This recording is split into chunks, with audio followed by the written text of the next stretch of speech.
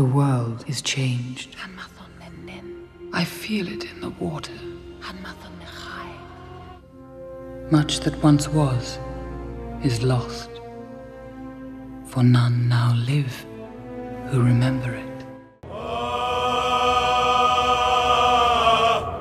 Hello and welcome one and all. I'm gonna lay my cards on the table here. The point of this video is to try to convince you to play Baldur's Gate 3. And if you've already played Baldur's Gate and like me are struggling to reintegrate back into the material universe, hopefully this video can help you unpack and process the profoundly psychedelic experience you've just had.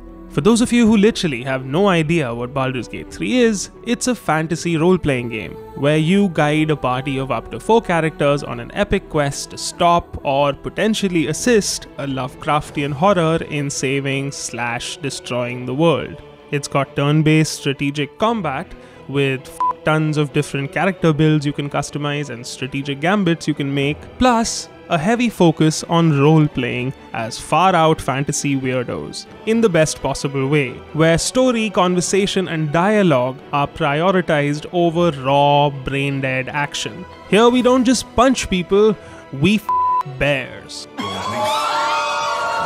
Think Lord of the Rings, except you can keep smacking J.R.R. Tolkien in the nuts until he finally just gives in and just makes the eagles fly the hobbits to Mordor, as long as you can roll a nat 20 in a persuasion check with your icosahedral dice. And if that makes no sense to you, don't worry, you can blunder through Baldur's Gate 3 just fine even if you don't know much about D&D. Baldur's Gate 3 was made by Larian Studios, who previously knocked it out of the park with Divinity Original Sin 1 and 2, both of which were easily some of the best CRPGs ever made. In fact, Larian crushed it so hard with the Divinity games that the official tabletop D&D people, Wizards of the Coast, gave them the rights to the long-awaited sequel to the legendary Baldur's Gate franchise. Alright, well, I think we can do this deal. If you've never jumped in on RPGs, this is undoubtedly the best game for you to start your fantasy adventure with. And no, you don't have to know shit about Baldur's Gate 1 or 2 to understand this game. But I gotta say, Baldur's Gate 3 nearly broke me. It's not just that it's an awe-inspiring game, it's the fact that my save file was irrevocably corrupted about 135 hours into my playthrough, which meant if I wanted to finish the game, I would have to play the final 12 hours in a single sitting with no saves coming, without losing a single fight or failing a single critical dice roll, praying the entire time that the game doesn't crash on me. And while most people will probably consider that a living nightmare, the corruption of that save file ironically made this the most memorable gaming experience of my life. More on that later. Now I realize this video is long, but fantasy RPGs were my first real gaming addiction, and since this is literally the best CRPG I've ever played, I cannot help but painstakingly deconstruct and savor every single detail of Baldur's Gate 3 that left me dumbfounded. So with that all out of the way, let's do this.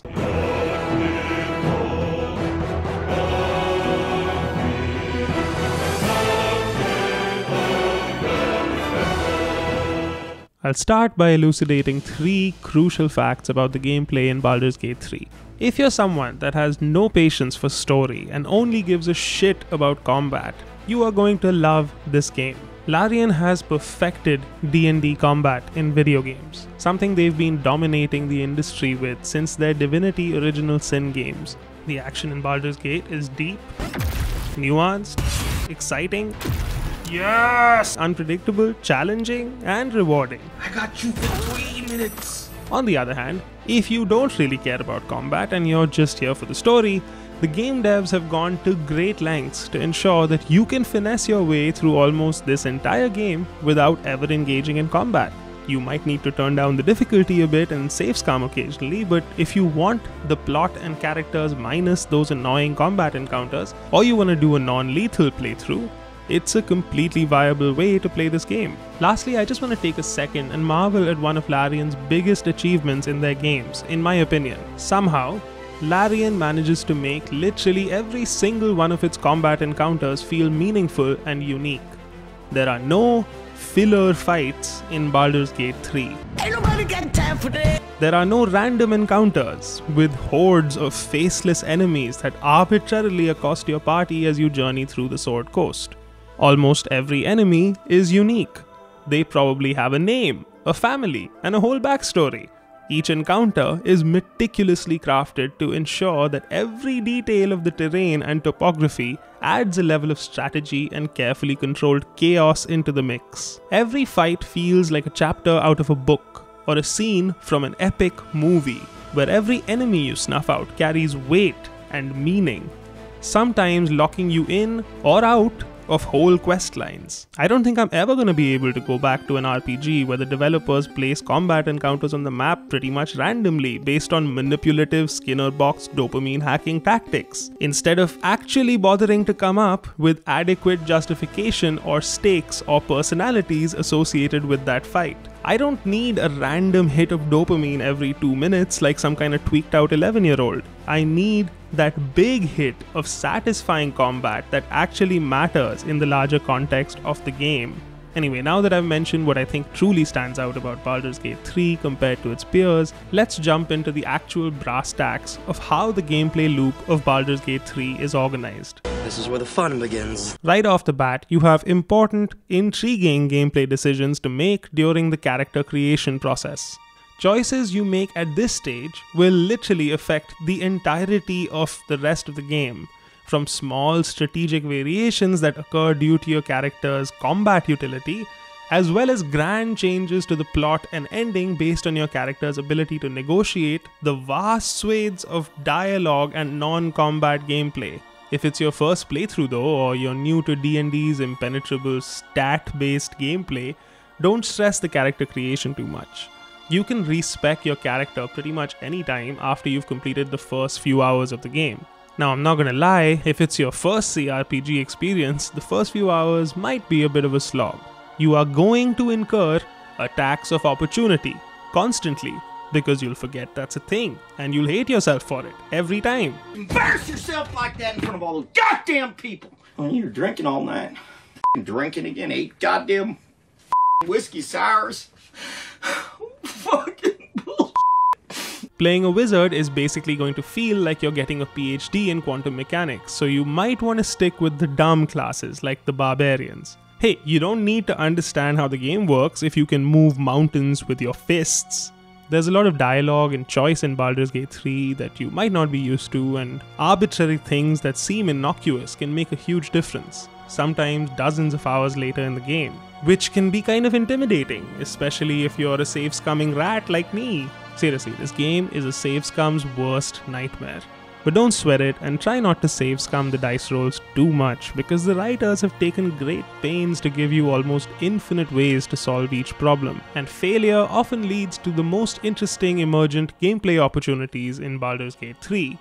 A lesson I'd become all too familiar with by the end of this game. Sometimes foreshadowing is relatively obvious. Anyway, speaking of dice rolls, if you aren't familiar with D&D, pretty much everything in this game is determined by the roll of a 20-sided die, or 8-sided die, or a 4-sided die. So many dice! The result of which is then added to a complex algorithm that puts a lot of the equations of general relativity to shame.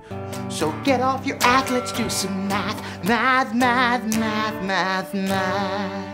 Which then determines whether your action was successful or unsuccessful, and how much damage you do or how much HP you heal, etc. Taking a sip of water? Roll a 12 or higher or you choke to death, obviously. Taking a swing at a harmless fly with a sword that can level a literal city? Sorry, you rolled a critical failure and now you're naked and everyone is laughing at you. Now this can be kind of annoying for a lot of turbo gamers because there's nothing you can really do about it if the dice don't roll in your favor. But if you're the kind of hyper-competitive gamer that needs to have 100% control over everything in the game and you need everything to be your fault or you'll accuse the game of being bullshit, in other words, if you're a Dark Souls boy, you might need some therapy alongside your playthrough because you will occasionally miss those 99% hits that can completely f*** your entire playthrough unless you save scum. Huh? What? 95% he missed. So breathe deep and let the dice take you where they will. I promise it'll be worth it in the end. Larian also had the genius idea of actually showing some of the important dice rolls in the game, something that definitely got the dormant gambling addict in me going. D&D's icosahedral dice are just so cool, and the animation is just so satisfying, and that sound effect.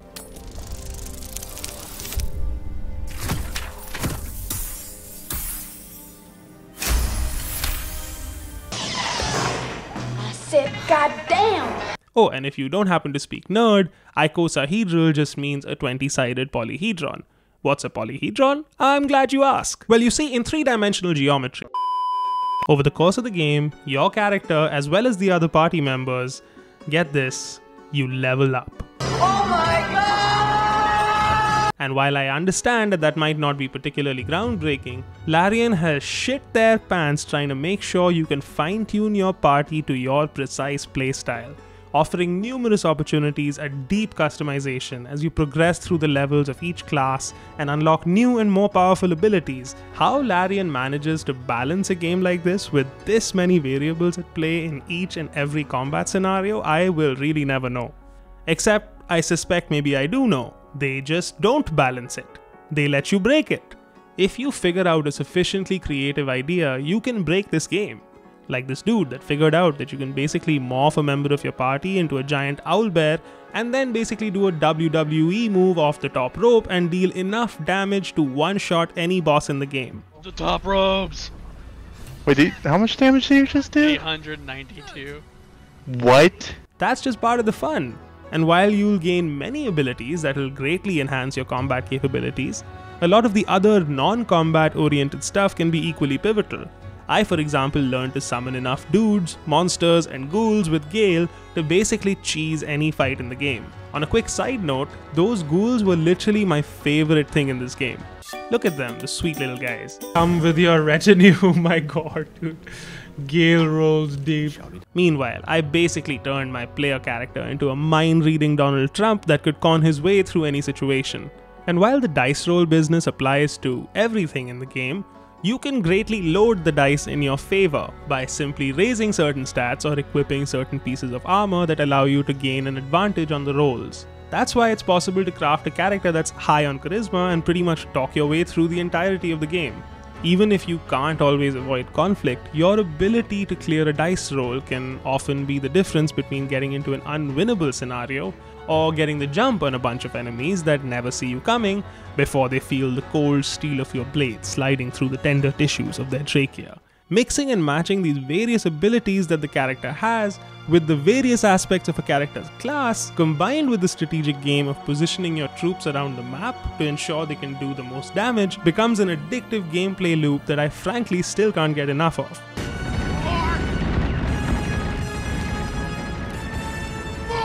All the while, the enemies are trying to do their best to counter your strategy, using their actions and bonus actions to wreak havoc on your little dudes. The biggest difference between Larian RPGs and the rest of its ilk is the layer of additional complexity brought by the environmental interactions Larian uses in its combat mechanics. Unlike other CRPGs where players normally collide with a faceless horde of random monsters in a wide open space, swinging primitive weapons at each other until everyone on one side dies, Larian goes to great lengths to ensure that each arena where combat takes place is varied both in terms of terrain and elevation, as well as the various objects and environmental details they'll place on the map that can completely transform the gameplay. For example, I've never really appreciated explosive barrels as much as I have in Larian's RPGs, and Baldur's Gate 3 is no exception. You can literally just carry around a barrel of smoke powder, which is basically the in-world name for gunpowder, drop it in front of a boss, run away and shoot the barrel with a flaming arrow to completely cheese the fight in a single hit. Some may see this as poor game design. I see it as a playground for creative lunatics and speedrunners. Like this guy that stacked hundreds of boxes in order to jump over an impassable wall and bypassed a huge chunk of the game. And every combat encounter is littered with these environmental objects that you and your enemies can leverage to your advantage. It never got old pushing enemies off a cliff. Trouble is, your enemies can push you too. It's okay, he's just been a... Oh no! And they seem to really love doing it. Oh! Something I repeatedly forgot and paid for with my life or with the lives of my comrades. Oh, come on, dude! So beware of where you position your dudes, because when they go down, they are dead. Well, not really. You can get them up if you make it to them in time. But if you don't, then they're dead. Except you can still use a revive spell or a resurrection scroll. But if you don't, then they're dead. Except you can still get the skeleton dude to revive them back at the camp. Honestly, death felt a little more meaningful in Divinity 2. Here it's just kind of a minor inconvenience. Unless you can't save scum, in which case it's a huge issue. More foreshadowing. Anyway, back to the environmental effects. As combat ensues, almost every single special ability, throwable item, and magic spell exerts its own environmental effect on the map, which as the turns go by, can lead to quite the cluster, especially since various effects can then cause further environmental interactions like electricity zapping people standing in water puddles and clouds of gas going up in huge conflagrations when hit with the tiniest of embers. Oh, and there's friendly fire, which makes it even more of a clusterfuck. It's absolutely addictive, and I will say that while Divinity Original Sin seemed to provide an even greater degree of environmental interaction and strategic possibilities, Divinity often became too much of a clusterfuck for me, and I often refrained from using magic since I was so afraid I'd set off a chain reaction where one tiny trail of oil ignites an inferno of gases which then lights up a powder barrel, killing my entire party from 50 yards away. Baldur's Gate 3 feels relatively more manageable, and slightly less panic attack inducing in this regard, making the gameplay significantly more streamlined and fun. At least I can use a fireball without shitting my pants now. And like any RPG, there's a wealth of loot to acquire. So go ahead, amass your dragon's hoard of shiny trinkets that you tell yourself you'll sell one day, but you never really will because you just can't let go of that +1 perception hat that you definitely need and you definitely aren't just clinging to because you have deep abandonment issues. I did spend a lot of time equipping armor and loot in this game, and the gear did offer a lot of interesting gameplay possibilities, but for the most part I feel like they've kept the gear fairly underpowered, encouraging you to customize and follow your aesthetic taste rather than purely optimizing your party's gear for combat efficiency. No, the real reason I want to talk about the inventory is because I simultaneously love and hate how the inventory works in Baldur's Gate 3. On the one hand, it's extremely annoying to sort through, and while I do appreciate the tools Larian gives you to organize your loot, I still spent far too many hours hunting through random bits of crap I had acquired along the way that I just wasn't sure if I needed or not. This is where I said to you, things that you want are going to get thrown away. You. But on the flip side of this massive inventory management issue, Larian does in-world objects better than almost any RPG I've played. See, in most games, your inventory exists in some kind of alternate dimension from which your player character can conjure items into being in the actual game world. Actually, it's generally even less interactive than that. You just press a button in an abstract menu which causes some UI element on the screen to get bigger or some bar to refill or something equally video gamey. In Larian games, on the other hand, almost every object in the world is a physical thing with weight and some physics associated with it. When you put something in your backpack, it really feels like you're putting an actual object in your bag. And since you can pick up almost any object in the game, the world feels tactile and interactable. And it also leads to interesting gameplay possibilities like the smoke powder barrel trick I mentioned. But what truly blows my mind is that despite flexing the best combat I have ever seen in any CRPG, combat isn't even the bulk of the gameplay that Baldur's Gate 3 offers. That's just a possibility should you decide to go down the violent route. Take your shot. Take it! Come on, let's get out of here. Let's go. Psycho. As I've mentioned, Larian ensures that you almost always have a non-lethal or straight-up non-violent solution to every problem. This might involve solving a puzzle or two, something Larian actually designs quite well compared to most RPGs where a puzzle just amounts to a glorified fetch quest where you run around looking for a specific item that opens a specific door. Or you could just charm your way through Baldur's Gate 3 with dialogue or steal what you need by pickpocketing people. Now I realize that a lot of these mechanics and features of gameplay exist in a lot of modern RPGs, but I never seem to see game designers making any particular effort to ensure that those alternate ways of playing are really fun, or viable within the context of the game. In fact, I'd go so far as to argue game devs ensure you don't get to choose how you bypass a particular part of the game. Like, technically, you can play stealthy in the new Assassin's Creed games, but for the most part, whether you play stealthy or whether you need to go out in combat is pretty much up to the game developers, who are so terrified that you'll make the wrong choice and experience the game that you bought in the wrong way that they'll generally railroad you into a few specific choices, especially during key beats of the story. Larian, on the other hand, genuinely seems to say, "F it. You want to bypass this main boss fight? The literal climax of the second act of the game? Something dozens of people probably spent thousands of hours meticulously crafting by just passing a dice roll and getting the boss to jump off a cliff? Yeah, f it, do it. Fill your boots, mate. If that's what you want to do it. And good for you, brother. I absolutely love the absurd confidence Larian exhibits in their game design, enough to truly stand back and let you, the player, have whatever experience you want, and genuinely trusting that the game is good enough to entertain you no matter which way you go and how you play it. Bravo, Larian, bravo. Now, if all Baldur's Gate 3 had to offer was the fantastic game mechanics, it would still be legendary. But the delightful reality is that the storytelling in Baldur's Gate 3, in some ways, may be even better. I will now be recapping the main plot of Baldur's Gate 3, so if you want to go into this game totally blind, skip to the timecode on the screen because I will be spoiling the shit out of the main quest. Although frankly, I don't know why you'd be concerned about spoilers in a game like Baldur's Gate 3, because it's actually kind of impossible to spoil. Even if I told you everything that happened in my 150 hour plus playthrough, I'd still barely be scratching the surface of everything that's possible in Baldur's Gate 3. Since your choices through the game will likely be wildly different than mine, leading to a wildly different plot. So for the purposes of this video, let's just say this is one of the many possible plot summaries for Baldur's Gate 3.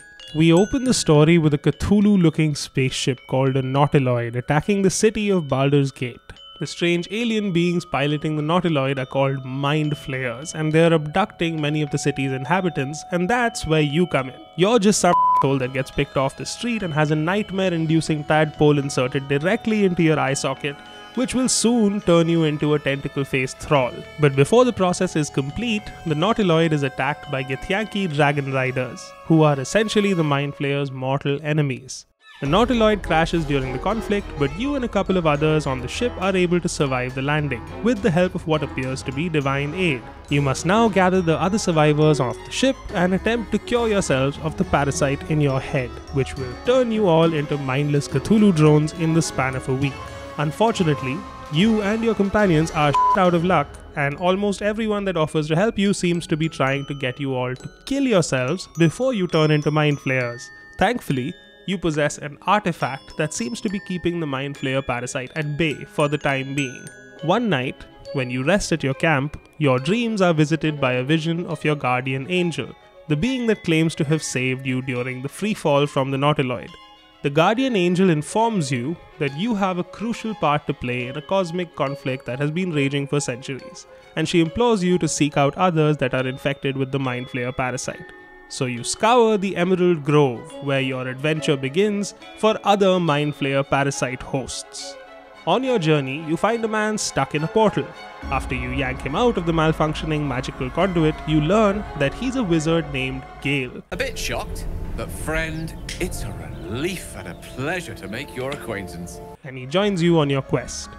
Turns out Gale must consume magical artifacts to stay alive, like some kind of arcane junkie. You also meet Astarion. Of course it'll turn me into a monster. What else did I expect? A vampire who can mysteriously survive in sunlight, and just seemed to hate my ass no matter what I did. Come on, Astarion, why won't you just love me?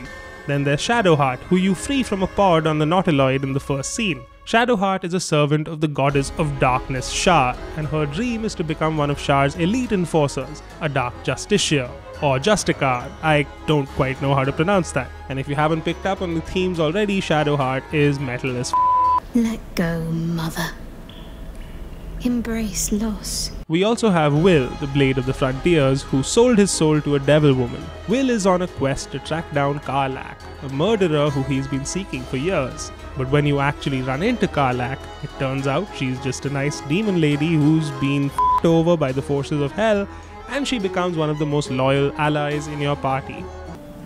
I'm free now, and I'm never going back! She's also got an infernal engine in her heart, which is basically like being powered by the literal fires of hell, something I thought was unspeakably awesome. Finally, we've got Lae'zel, a prickly Githyanki woman you meet aboard the Nautiloid in the opening scene, who comes off like a psychotic fascist at first, but turns out to have more going on than meets the eye. I am unfamiliar with the, well, I shall not say culture. Custom, perhaps. Despite having many options to deal with the Mind Flayer parasite, including making a deal with a devil or a swamp hag, in the end I chose to go with the standard, boring, nice guy route and track down a druid named Halsin who can supposedly help me. He's also being kept prisoner by a bunch of dwarves who are all servants of a mysterious deity named the Absolute. After a savage, protracted battle, I finally managed to defeat the goblins and free Halsin. Unfortunately, Halsin tells you that the only way to really get rid of the parasite in your head is to destroy the source of that power, which can be found at Moonrise Tower in the Shadow-Cursed Lands. So you gather up your party and make your way to the Shadow-Cursed Lands, either by taking a mountain pass or by trudging through the fungal wonderland of the Underdark. Along the way, you come across the Gith warriors that were hunting the Mind Flayers in the opening cinematic. Unfortunately, the Gith warriors are also looking for the artifact in your possession, which is your only protection from turning into a Cthulhu monster. Eventually, you confront the literal goddess of the Githyanki, who tells you the artifact you possess is actually a prison. She asks you to enter the artifact and kill the one that lurks within. Turns out, the person inside the artifact is actually the one that saved your life when the Nautiloid crashed in the opening sequence, your guardian. I chose not to kill the person in the artifact, which made me fairly unpopular with Lae'zel. She's obviously miffed that I defied her goddess, and she gets even more pissy about it when I went on to slaughter every Githyanki in sight. But hey, they started it. And I technically saved her life by rolling a perfect 20. So Lae'zel goes full ride or die with me. By the way, the lady you hear in the background is my girlfriend. This game was so good that she got totally sucked in and backseated like half my playthrough. Because Shadowheart is just out, dude. I think I told her I don't swing that way and they were like, oh, okay, you're not a lesbian, I guess. You know. Why did you do that? Because I didn't want to say no to her. So you told her that you don't like women. Yeah, but my point is, Anyway, you eventually arrive in the Shadow-Cursed Lands, where you find out the source of the corruption is a man named Ketheric Thorm, a great general who was once respected and loved, but has now been twisted to a dark path by the death of his wife and daughter. Ketheric Thorm has now given over his body and soul to Merkel, the god of death and decay, in exchange for Merkel bringing his daughter Isabel back to life. Ketheric is now Merkel's chosen, the general of the cult of the Absolute. He plans to march an army of undead to Baldur's Gate. He's also, inconveniently, immortal. In order to defeat him, you must first find the Night Song, the source of Ketheric Thorm's immortality. Turns out, the Night Song is actually a person called Dame Aelin, the daughter of a goddess, no less. And she happens to be Ketheric Thorm's daughter's lover. And I know some of this might be soap opera levels of confusing and convoluted, but the way the writers of Baldur's Gate have managed to tie every character and plotline back to the main story is actually pretty spectacular. Anyway, Ketheric Thorm is essentially using the Night Song's soul as a kind of immortal shield, where any damage that Ketheric incurs is just transferred to the Night Song, who can't die since she's of divine birth. Then, when you attempt to rescue the Night Song, it turns out that Shadowheart has been on a mission to destroy the Night Song all this time. Confronted with the fact that the Night Song is a person, however, you manage to talk Shadowheart out of killing Dame Aelin. You instead free the goddess, nullifying Ketheric Thorm's immortality. Shadowheart is pretty bummed about this since her childhood dream was to be a metal Justica, and failing to kill the Night Song leads to Shar, the goddess of darkness, essentially abandoning Shadowheart to nihilistic despair. In either case, you can now confront Ketheric Thorm with the aid of the Night Song Dame Aelin. In my playthrough, I actually managed to convince Ketheric that his late wife and daughter would be ashamed of what he's become, causing him to jump off a cliff in grief. But just when I thought I had essentially talked my way through the second act climax, this happened.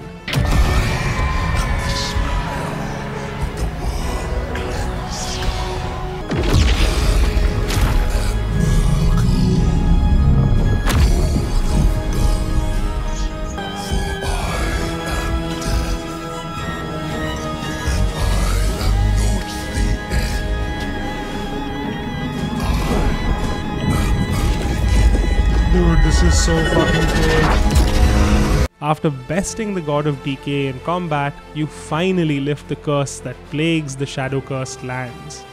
Unfortunately, turns out Ketheric wasn't working alone. He has been conspiring with a man named Gortash, the chosen of Bane, the god of tyranny, as well as Orin, the chosen of Baal, the god of murder.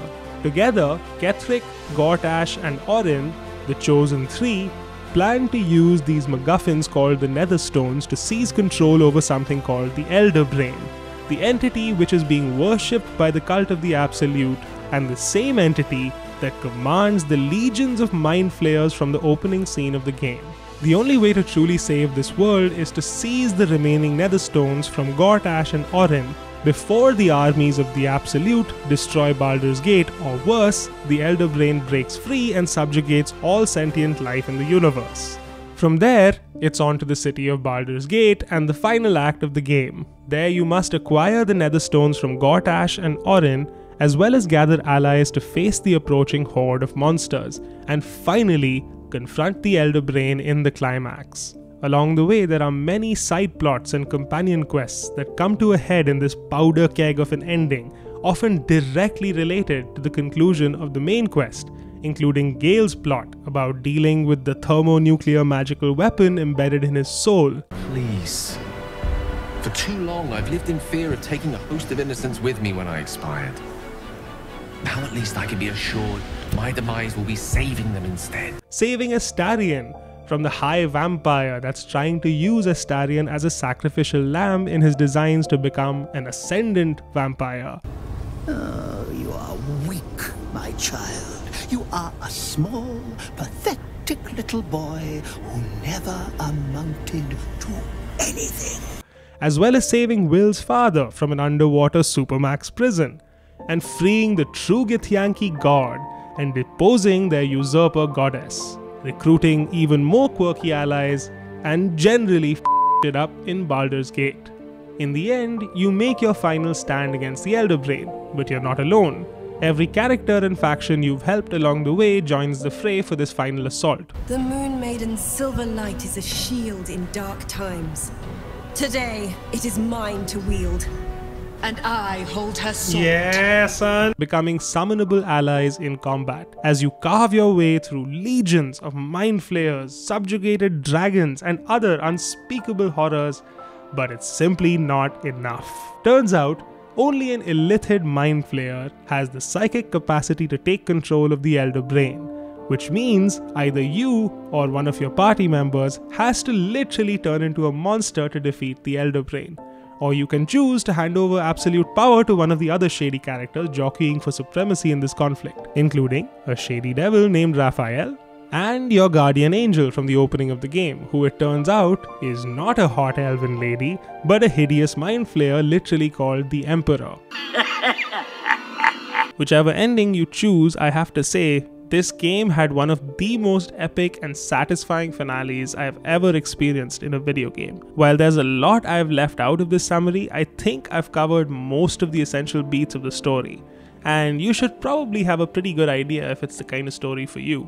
But I promise you, no matter what your personal or philosophical outlook on life, the Baldur's Gate 3 writers seem to have gone above and beyond to make sure there's an ending that will suit your unique, f***ed up fantasy. Is it the best story you'll ever see in a game? No. It's pretty standard fantasy fare, if I'm honest, questing from place to place, collecting MacGuffins and getting involved in moral conflicts, beefing up until you're ready to take down the final boss. Is it the best story you'll ever see in RPGs? No, even that's probably going too far since games like Disco Elysium exist now. What I really thought was that Baldur's Gate 3 has the best told story in video games. A seamless, intricate artifact composed of interlocking plot threads and character arcs, which together form an incredibly cohesive and satisfying whole that can play out in a mind-boggling plethora of alternate paths, each of which somehow resonates. I felt like the immersive effects of the beautiful visuals, the advanced motion and facial capture, the incredible voice acting, and the stellar writing together contributed to one of the most memorable stories I've experienced in gaming in some time. In other words, I'm saying those church groups that started to protest D&D in the 80s for being the work of the devil, claiming it destroys young minds and is the root of all evil in the modern day, well, they haven't seen shit yet. Baldur's Gate 3 is the RPG genre achieving its final form, and as much as the AAA studios might be shitting their pants at the thought of competing with Baldur's Gate now, they're all gonna have to suck it up and raise their game if they really want to stay relevant in this new era of Larian RPGs. Not every indie studio can have the kind of visuals and sophisticated gameplay that Larian pulls off, but there's no excuse for not taking a cue from Baldur's Gate on the sheer quality of writing and the thought put into the diverging paths built in for different kinds of players. The subtle genius of Baldur's Gate 3 is the way they were able to take their intricately crafted story and translate it into quests. So much of the game comes down to non-violent encounters that Baldur's Gate 3 has the ability to turn its story into an integral aspect of gameplay where you're in control. And since the writers of Baldur's Gate 3 were psychotic enough to tie almost every single side quest into the main plot, you almost never feel as though you're just off doing some irrelevant busy work. I have nothing but the utmost respect for the team that worked on this. It must have been a titanic effort. One of the nicest comments I've seen repeatedly is people saying the side quests tie back in, and that's very deliberate. Like, whatever you end up doing, we try and poke you back toward the story without actually holding your hand and dragging you back toward the story. So the difficulty of that is definitely there. But actually, once you accept that's what you're doing, then you realize how many tools you have to do it with. Everything builds to the ending in Baldur's Gate 3, and every character you come across, quest you undertake, becomes a piece in the grand tapestry that unfolds around you as you progress through the game. Hopefully, the length of my summary, which is bare bones at best, can help communicate just how long this game is, which is why I think Larian's biggest challenge in making this game work was creating homies that were worth hanging out with through a potentially 150-hour adventure. And I'm happy to report the companions in Baldur's Gate 3 are the best acted and best written companions that I've ever seen in a CRPG. Truly, but you have seen my hamster, yes? And they are the real reason I think Baldur's Gate 3 will be remembered as a legend.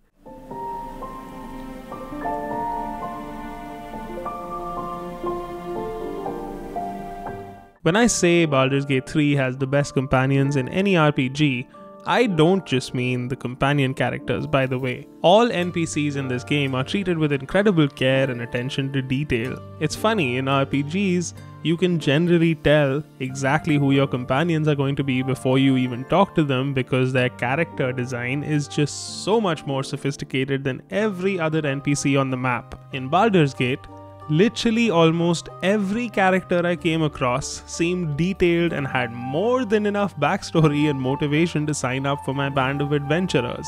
Like this woman. Tell me she doesn't look like she's supposed to be the main character of this story. Larian Studios, please, let me recruit Isobel and Dame Aelin into my party. I need this.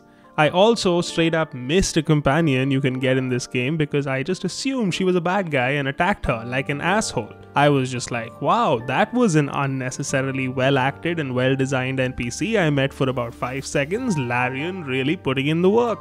Since the side characters are so detailed and genuinely intriguing, I actually found myself role playing and choosing my path based on how I wanted the story to play out instead of just googling which dialogue option gives me the best reward in any given scenario and optimizing all the fun out of the experience like I do in all games where I don't care about the story or characters.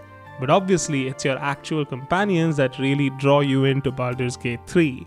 Not only can you romance pretty much all of them, hell, you could probably start a sex cult if you really wanted to. They seem up for it. I might enjoy watching you tangled up with the drow. They also have incredibly touching backstories, and their quest lines all lead to heart-rending moments of moral conflict and split allegiances. Like all fantasy tales, a huge theme in Baldur's Gate 3 is the corrupting influence of power. So I was pleasantly surprised that the companion characters in Baldur's Gate 3 all reflect this central theme. Seriously, I've played so many Ubisoft games at this point that I'm just used to walking around cosmically lonely game worlds in a kind of numb stupor, where every character and quest I come across is completely disjointed from the main plot, an endless series of chores on a death march to the grave.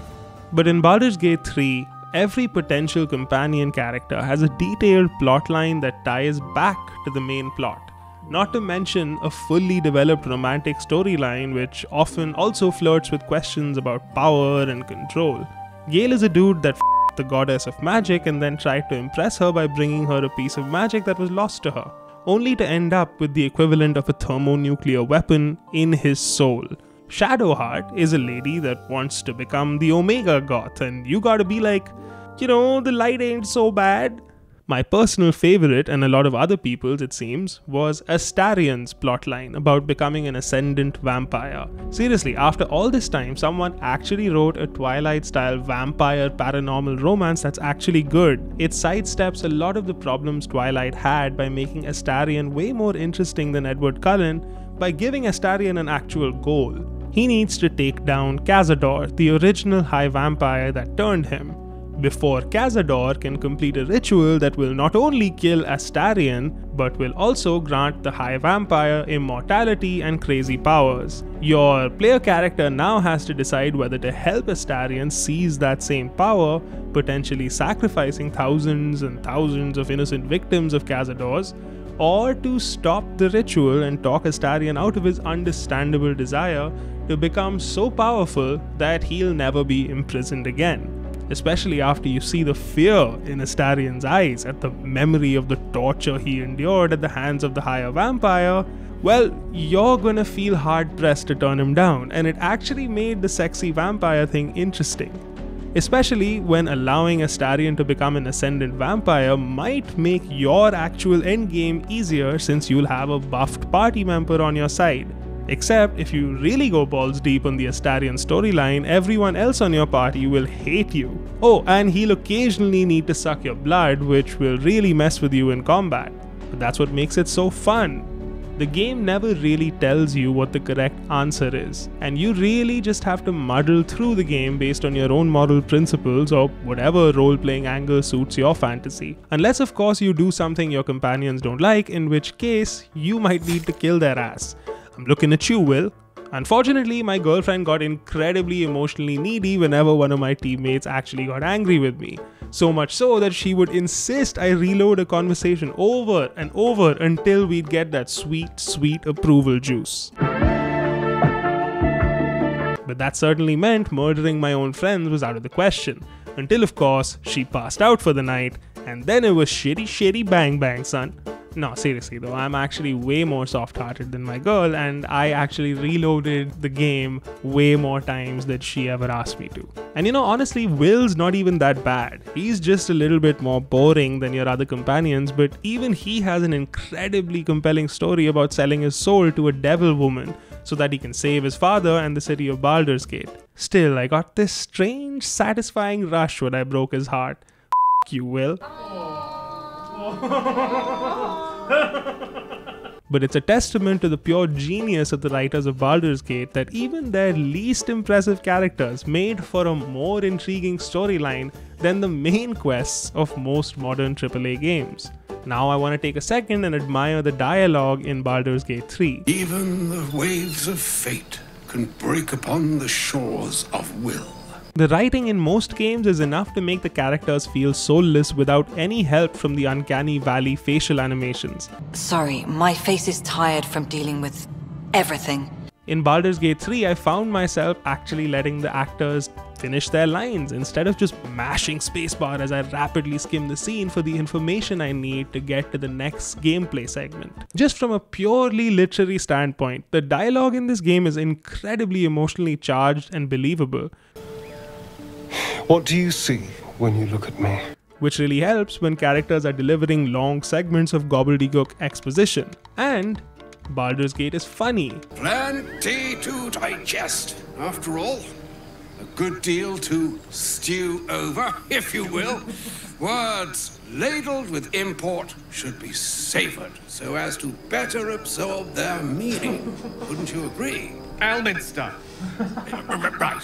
The characters all have really well-developed personalities and attitudes in general, but the way the writers managed to capture a unique sense of humor for each of them is just so extra. My favorite was Lae'zel, who comes off as a to begin with, but you soon realize she's just got a hard shell and she's actually hilarious.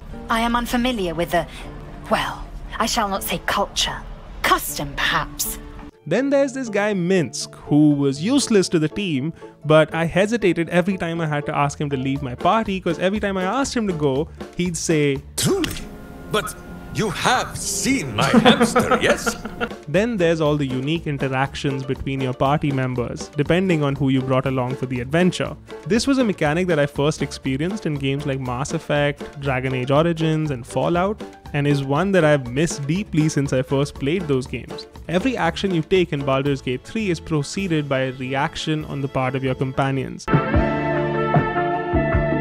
And since your companions are generally opinionated as they have pretty strong feelings about pretty much everything you do. I hope it has been made abundantly clear that to kill me is counterproductive. Which always leads to a complex moral juggling act, where you're not just making decisions based on what loot you might receive or some bullshit, but how your decision may affect your alignment with various companions. Reputation systems like the ones in Baldur's Gate or Fallout New Vegas, or any of them really, are incredibly enjoyable aspects of party-based RPG gameplay, especially when the developers take it seriously and actually take the time to script all the various permutations and combinations that can occur through the story depending on the player's choices. When one of your characters turns on you or leaves the party or attacks you, I hope it was worth it. It feels horrible, and it absolutely means you're a bad person and you should definitely reload that save. I'm sorry, Lae'zel. I am so fucking sorry. Please, I'm so sorry, baby. Anyway, winding my way back to what I was originally talking about, I don't think people would have really been sucked into the experience if it weren't for the excellent companion characters that you bond with on the journey. If you're a fan of Lord of the Rings, or writers like Patrick Rothfuss or Joe Abercrombie, or anyone that writes epic fantasy with a focus on interesting characters and magic systems, this game will absolutely be up your alley. Baldur's Gate 3 does what all great fantasy stories do, by grounding its incredibly lofty, abstract ideas in simple, relatable characters that can form an anchor for the audience that may otherwise be put off by the alien fantasy realm the story is set in. Since most of the companion story arcs dovetail beautifully into the main plot of the story, these companions will literally become your main reason for finishing the game. You're also getting new and interesting party members deep into the final act of the game, so it never gets stale. And you never lack for someone inappropriately coming on to you a little too strongly. You have bonded with Gale, body and soul. His scent lingers on your skin. If there is to be anything between us, it must be with his consent. I'd prefer you didn't do this. But in an RPG, even if you have a grand story and likable characters, if the game world you inhabit is boring, then the game will suck. Thankfully, Larian absolutely nailed the high fantasy setting of the D&D universe.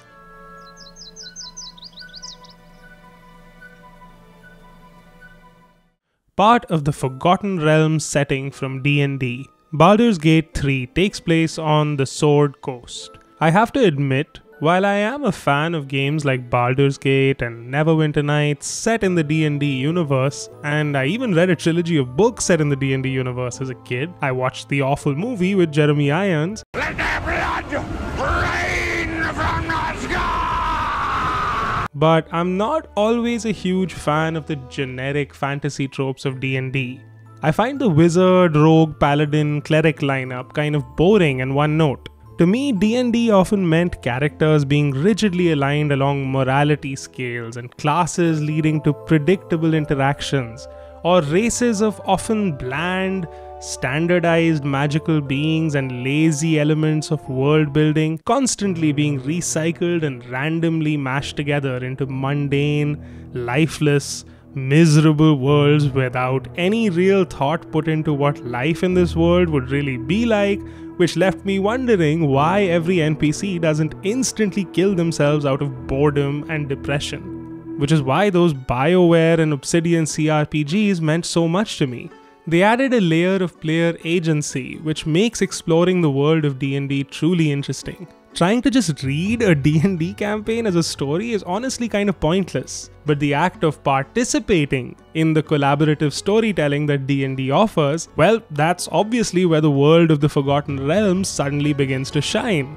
I absolutely don't mean any disrespect to D&D campaign writers, by the way. What they do is incredibly difficult, laborious writing. The writers of a D&D campaign not only have to craft interesting characters, stories, and worlds, they have to make sure that the scenarios they craft can function as sandboxes, where players of various dispositions can all feel represented and play out their respective fantasies. Technically, all video game writers need to do this, but very few, especially in the AAA gaming space, do. If I were to kill her, like what happens?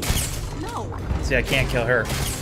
You can't kill anybody in this game. And that's because it would simply take too much time and money to write and animate and render every possible scenario that players might choose. This is where Larian Studios and CRPGs in general have a huge advantage. The relatively smaller maps, the faux isometric perspective, and relatively less demanding graphics allowed Larian to actually write and bring to life all these rich, dense environments and these beautiful alternate story paths, most of which players will never see, just to maintain the illusion that you really do have choices, even though technically a game designer has carefully crafted every step of your journey. Which is why I can confidently say Baldur's Gate 3 will provide you with a ride you'll enjoy no matter what kind of person you might be.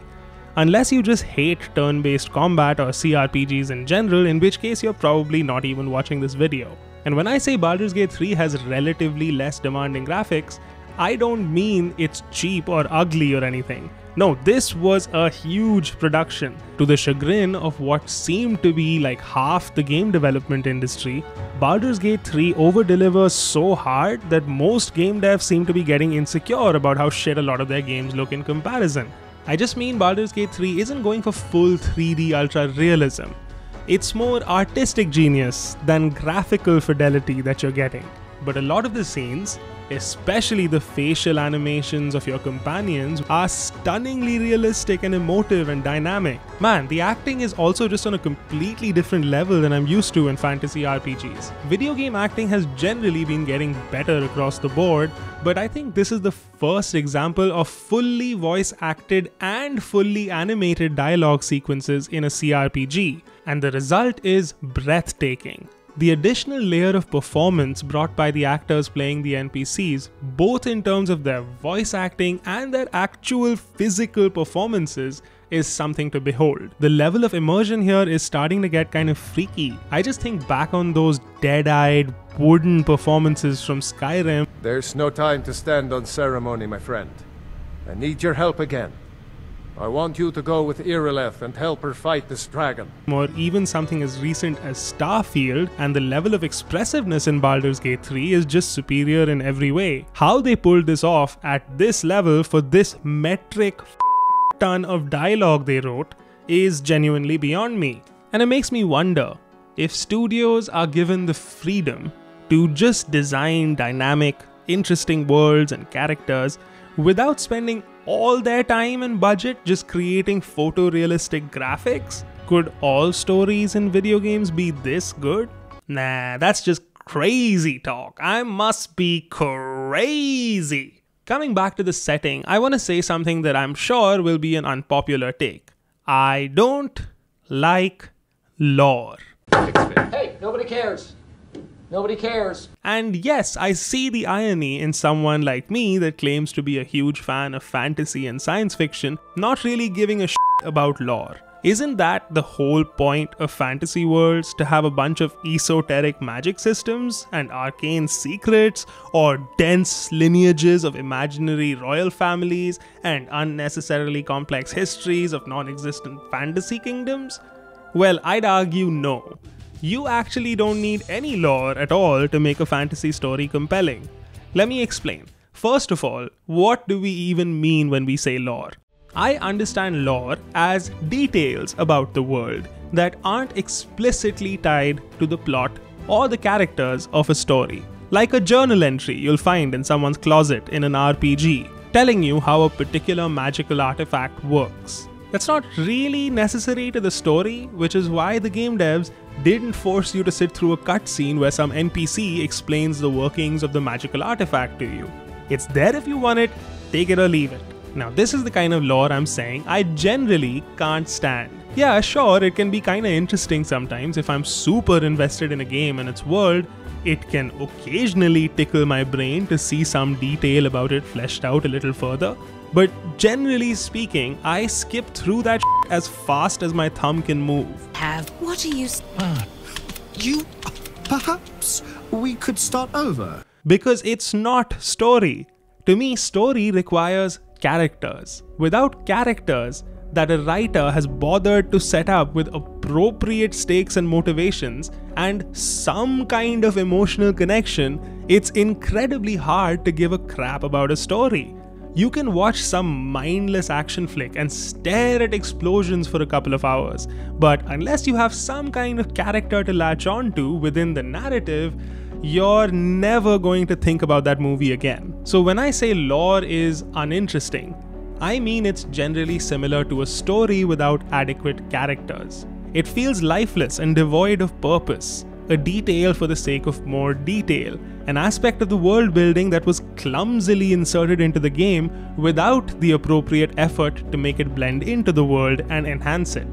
Which is why I kind of hate it when people argue that the world of this game is the story.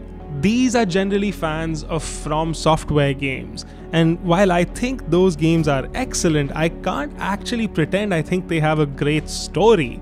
It's a vibe, an atmosphere, a game to get lost in, not a story. World building is simply a tool that helps the story come to life, something that enhances the themes of the tale and enriches your ability to engage your own imagination and fill in the blank spaces of this fictitious universe you find yourself in, and for just a moment, trick you into forgetting that it's all just a story.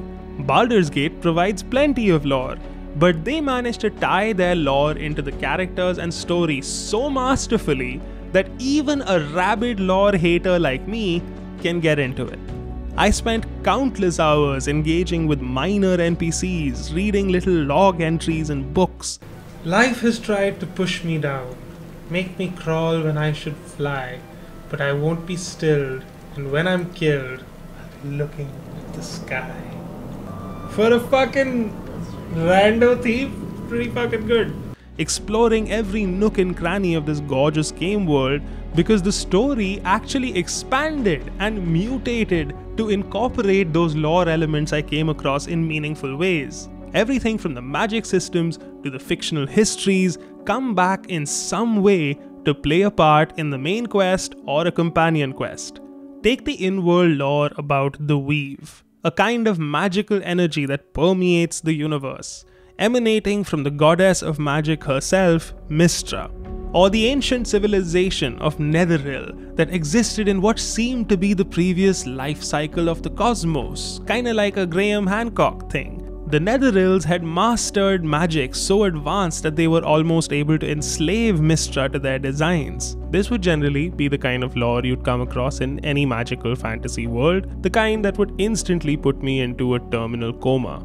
However, in Baldur's Gate 3, these esoteric bits of lore about the magic weave and ancient civilizations literally ties into Gale's companion quest and becomes crucial to the ending of the game. Injecting this layer of character to the lore is what completely transformed the experience for me, because I liked Gale.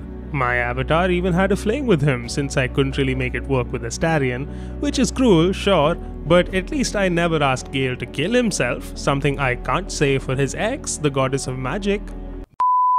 Anyway, this is just one of an endless series of examples I could provide of how the world of Baldur's Gate 3 never feels inert or pointless. You might not care about any of the lore, but the depth and emotionality are there if you look for them. And just in terms of the creativity, the aesthetic genius, and sheer horror that the game devs have brought to this world, it's a truly staggering achievement. It's like someone took old-fashioned fantasy books like The Wheel of Time and crossed them with Lovecraftian horror, as well as a healthy dash of soap opera melodrama and paranormal romance. From the opening in the classic fantasy forest of the Emerald Grove to the psychedelic haze of the Underdark, the creepy mists of the Shadow-cursed lands, or the majesty of the labyrinthian city of Baldur's Gate, every environment in the game is a masterstroke of evocative world building. Everything feels deliberate and stylistic. There isn't a single location on any of the maps that feels like filler, empty space without purpose. And while I could suck Larian's all day about how awesome their game is, I have now arrived at the point in the video where I must discuss the experience I alluded to at the beginning of the video, or as I've come to call it, the save file fiasco. So anyone that's ever played an RPG knows that they are notorious for bugs. Bethesda games for one seem to be actively trolling their audience with some of the bugs in their games, and Ubisoft generally seems to treat the very idea of RPGs like some kind of postmodernist satire, and the bugs just become an integral part of the absurd experience of being a human on this dying planet. But to be honest, all game developers, even the good ones, seem to struggle with bugs in RPGs. Maybe it's some kind of scripting issue. Because of the insane number of diverging story paths the game devs contend with in story-heavy RPGs, exacerbated by the aggressive unpredictability of human beings. I still don't think we're communicating properly. Stanley walked through the red door. Alright, fine, go ahead, Stanley. But there is no genre of games more prone to heartbreaking and literally game-breaking bugs than RPGs. And unfortunately, in line with the mounting legion of other AAA scam fests which have been released in a broken state like Cyberpunk 2077, Battlefield 2042, Fallout 76, and many more, even my beloved Baldur's Gate 3 ran into some serious game-breaking shit. The final third of this game in particular lacks the polish and buttery smooth performance I was getting in Act 1. This seems obvious in retrospect. After all, the first act of Baldur's Gate 3 has been out in early access for like 2 years at this point. So the game devs have had 2 extra years of player feedback and bug reports to use to fine-tune that part of the game.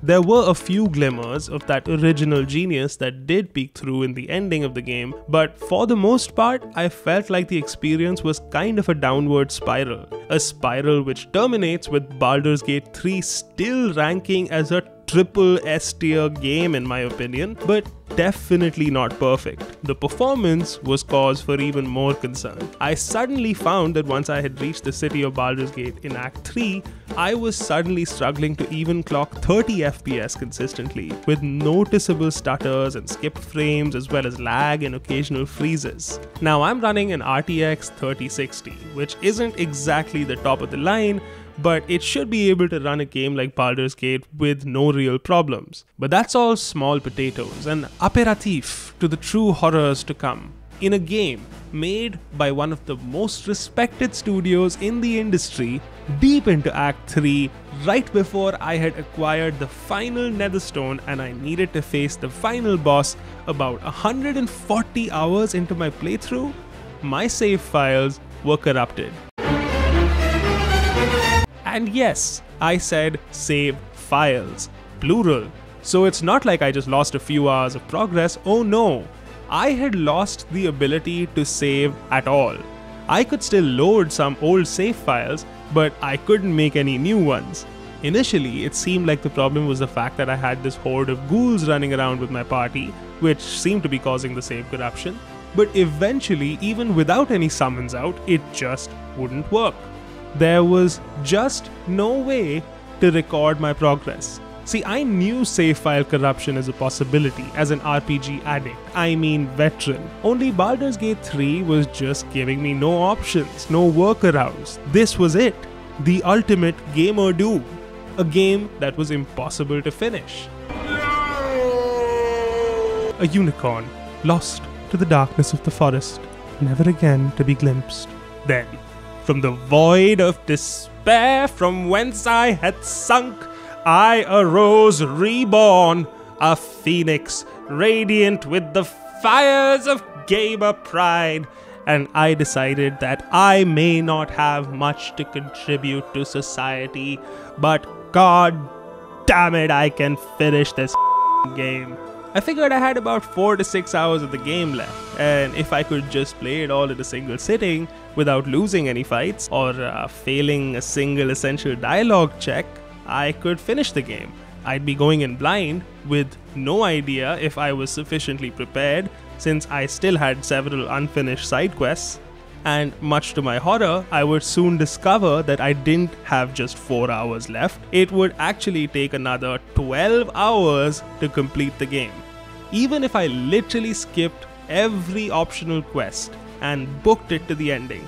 And as I've mentioned, I am the save scum. I literally can't think of a single RPG I've completed without saves coming at least a couple of times. And Baldur's Gate 3 is hardly an easy game, especially on your first playthrough. But I literally had no other choice. Weeks of effort were riding on this final, glorious race to the finish. And I was just like, this day we fight! So I charged into the final mission, a battle cry emanating from the depths of my soul, awakening my girlfriend who really needed to be up early for work, and I had to spend the next several minutes apologizing to her. But then, I was truly ready to break through the forces of the Absolute and confront the Elder Brain. And then my worst fears came true. Gale was blasted off a cliff, falling into the abyss. And dude, I was just like...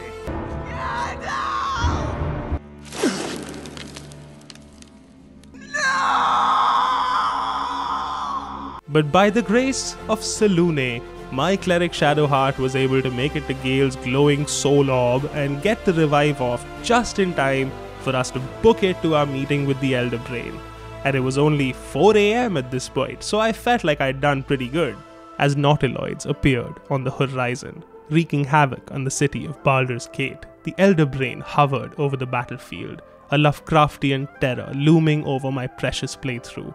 It took almost everything I had to make it to that final boss fight. But now I was standing atop the Elder Brain, the folds of its grey matter undulating beneath our feet, facing down an actual dragon, plus a legion of pretty hardcore Mind Flayer minions. I unloaded every scroll and used every ability I had on that thing, even resorting to using Shadowheart's Divine Intervention spell, which knocked the living shit out of a lot of the enemies in a huge area of effect. I just gotta say again that the combat in Baldur's Gate 3 is literal crack. But even though I'd beaten all the enemies, the fight just wouldn't end. I had one turn left to pull something off and I had no idea what I was supposed to do. I mean, I killed everyone, including the dragon. What do you want from me? Where is the goddamn cutscene?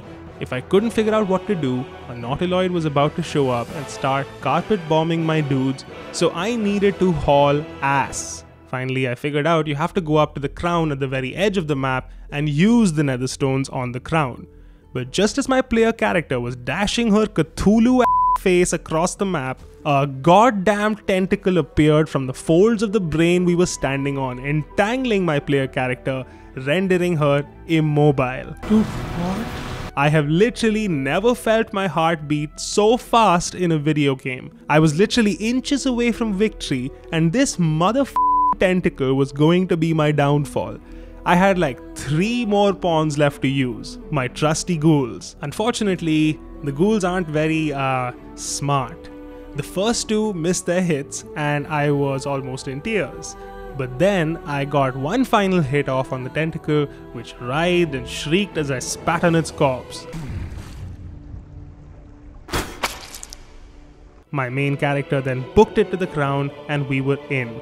A portal opened and I was able to make it to the inner sanctum, where the core of the Elder Brain waited. It had like 400 hit points and I only had like 4 turns to take it out, but I used every broken scroll in my arsenal, and after the final few nerve-biting moments... Oh, come on! I emerged the victor. Go for it, dude. Strike. Yes! Until at last I threw down my enemy and smote his ruin upon the mountainside. Finally, after 12 hours straight, as the darkness of night was broken by the light of dawn, I was done. It was 11 AM, my body literally twitching from phantom nervous impulses emanating from my fried cerebrum. I smiled with satisfaction and slid sideways onto my bed, more unconscious than asleep. Now, I know I just went on for about 10 minutes providing a blow-by-blow account of my playthrough that no one asked for, but I do sort of have a point. On a technical level, what happened to my save files was a disaster, and Larian really needs to patch that bug ASAP. But it's a testament to the quality of this game that I would still wholeheartedly, vociferously recommend this, despite the save file fiasco. And really, the whole save file situation just forced me to play in a way that I would never have volunteered to try. The grand irony is that not save scumming was really what made this game the most special RPG experience I've ever had. The tension and excitement that came with every single dice roll, every swing of the sword, and every line of dialogue was something I've never experienced before. Perfect 20! Is this what gambling is like? I now realize it's kind of insulting to the game developers to constantly save scum because it takes all the work the game devs do to balance games and figure out the rates of progression, and even takes whole mechanics and renders them entirely null and void. Point is, as a lifelong save scum, I gotta say, I've been converted. The next thing I intend to do is go play one of the Divinity games on Honor mode, where the game literally overwrites your save file constantly so you can't save scum and deletes your only save file if all your party members go down. That would have been my worst nightmare once. Now I can't wait to try it. So despite my harrowing, nerve-wracking ordeal, I still say, jump in on Baldur's Gate 3. What else are you gonna play? Starfield? Come on. F that bear. You know you want to. Baldur's Gate 3 is a staggering achievement in video games. It's a new landmark in video game storytelling and role-playing, and I'm certain it will cement itself as one of the most influential games of the decade. May the Larian devs enjoy their moment of well-earned glory. Long live Baldur's Gate, and long live brilliantly written CRPGs. And get the f*** away from me, Will. No, I don't want to dance with you. Thank you so much for making it to the end of the video. Seriously, it is crazy that you made it this far. I genuinely appreciate it. It's because of people like you I even do this. I really hope you enjoyed it, and more importantly, I hope I sold you on Baldur's Gate 3. Cheers, I'll see you in the next one.